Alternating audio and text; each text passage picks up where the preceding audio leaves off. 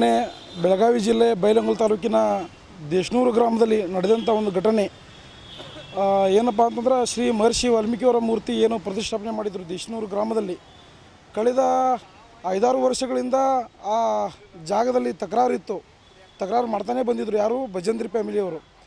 ಅದರ ಒಂದು ದೇಶನೂರು ಗ್ರಾಮದ ಜನ ಒಂದು ಕಡೆ ಆದರೆ ಅಲ್ಲಿ ಇರುವಂಥ ಭಜಂತ್ರಿ ಕುಟುಂಬ ಒಂದು ಕಡೆಗೆ.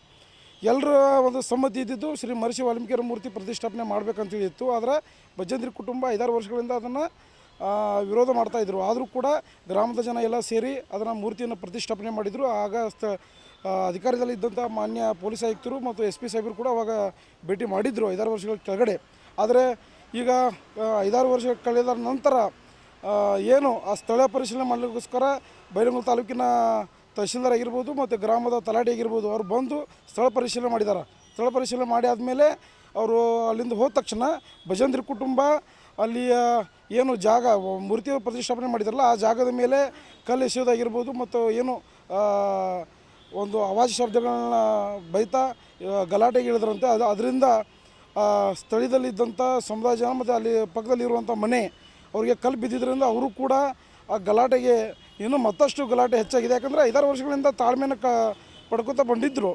ಆದರೆ ಈ ಬಾರಿ ಅವರು ಮಾಡಿದಂಥ ಒಂದು ಅವಾಚ್ಯ ಶಬ್ದಗಳು ಏನು ಉಪಯೋಗ ಮಾಡಿದರು ಅದರಿಂದ ಮತ್ತು ಎಸೆದಂಥ ಕಲ್ಲಿನಿಂದ ಅಲ್ಲಿಯ ಸ್ಥಳೀಯದಂಥ ವಾಲ್ಮೀಕಿ ಸಮುದಾಯದ ಜನ ಕೂಡ ಅವರು ಕೂಡ ಅದೇ ರೀತಿ ಕಲ್ಲನ್ನು ಎಸೆದು ಒಂದು ಹೆಚ್ಚಿನ ಗಲಾಟೆಯನ್ನು ಮಾಡಿದ್ದಾರೆ ಅನ್ನೋದು ನಾವು ಕೇಳಿದ್ದೀವಿ ಹಾಗೂ ಮಾಧ್ಯಮದಲ್ಲಿ ಕೂಡ ನೋಡಿದ್ದೀವಿ.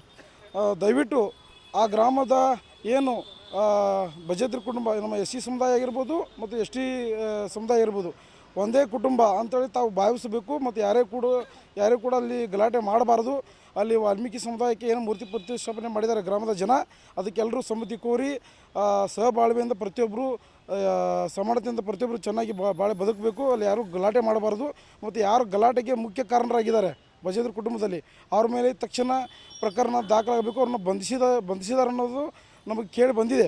ಆದರೆ ಅವ್ರ ಮೇಲೆ ಕಾನೂನು ಸೂಕ್ತ ಕ್ರಮ ಜರುಗಿಸಬೇಕು. ಮತ್ತು ಇನ್ಯಾವತ್ತೂ ಆ ರೀತಿಯ ಘಟನೆಗಳು ಯಾವ ಗ್ರಾಮದಲ್ಲೂ ಮರುಕಳಿಸಬಾರ್ದು. ಆ ನಿಟ್ಟಿನಲ್ಲಿ ಮಾನ್ಯ ಪೊಲೀಸ್ ಏನು SP ಸಾಹೇಬರು ಮತ್ತು ಸ್ಥಳೀಯ ಪೊಲೀಸ್ ಇಲಾಖೆಯ PSI ಸಾಹೇಬರು CPI ಸಾಹೇಬರು ಅದ್ರ ಬಗ್ಗೆ ಗಮನ ಹರಿಸಬೇಕು. ಮತ್ತು ಅಲ್ಲಿಯ ಏನು ವಾಲ್ಮೀಕಿ ಮೂರ್ತಿ ಮತ್ತು ಅಲ್ಲಿಯ ಸ್ಥಳೀಯ ಜಾಗ ಏನಿದೆ ಅದನ್ನು ತಹಶೀಲ್ದಾರ್ ಅವರು ಮತ್ತು ತಲಾಟೆಯವರು ಅದನ್ನು ಹದ್ದುಬಸ್ತು ಮಾಡಿ ವಾಲ್ಮೀಕಿ ಸಮುದಾಯಕ್ಕೆ ಏನು ದೇವಸ್ಥಾನಕ್ಕೆ ಮತ್ತು ಭವನಕ್ಕೆ ಏನು ಬೇಡಿಕೆ ಇಟ್ಟಿದ್ದಾರೆ ಅದನ್ನು ಈಡೇರಿಸುವಂಥ ಕೆಲಸ ತಾವು ಮಾಡಬೇಕು.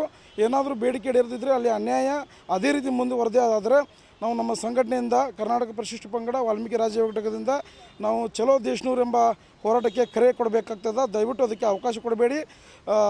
ಯಾರಿಗೂ ಅಲ್ಲಿ ಅನ್ಯಾಯ ಆಗಬಾರ್ದು. ಎಲ್ಲ ಅಲ್ಲಿ ಕುಟುಂಬ ಸಹಬಾಳ್ವೆಯಿಂದ ಬದುಕಬೇಕು. ಮತ್ತು ವಾಲ್ಮೀಕಿ ಸಮುದಾಯಕ್ಕಾಗಿರ್ಬೋದು ಅಲ್ಲಿಯ ಭಜಂತ್ರಿ ಕುಟುಂಬಕ್ಕಾಗಿರ್ಬೋದು ಒಂದು ತಿಳಿಯುವಂಥ ಕೆಲಸ ಆಗಬೇಕು. ಮತ್ತು ಈ ಮೊದಲು ಯಾರು ಹಲ್ಲೆಯನ್ನು ಮಾಡಿದ್ರು ತಕರಾರು ಮಾಡ್ತಾ ಬಂದಿದ್ದು ಭಜಂತ್ರಿ ಕುಟುಂಬ ಅವ್ರ ಮೇಲೆ ಕ್ರಮ ಜರುಗಿಸುವಂಥ ಕೆಲಸ ಆಗಬೇಕು. ಮತ್ತು ಯಾರೇ ಗಲಾಟೆ ಮಾಡಲಿ ಅದು ತಪ್ಪು, ಯಾರೂ ಜಗಳ ಮಾಡಬಾರ್ದು ಅಂತೇಳಿ ನಾವು ವಿನಂತಿ ಮಾಡಿಕೊಡ್ತಾ ಇದ್ದೀವಿ. ಧನ್ಯವಾದಗಳು.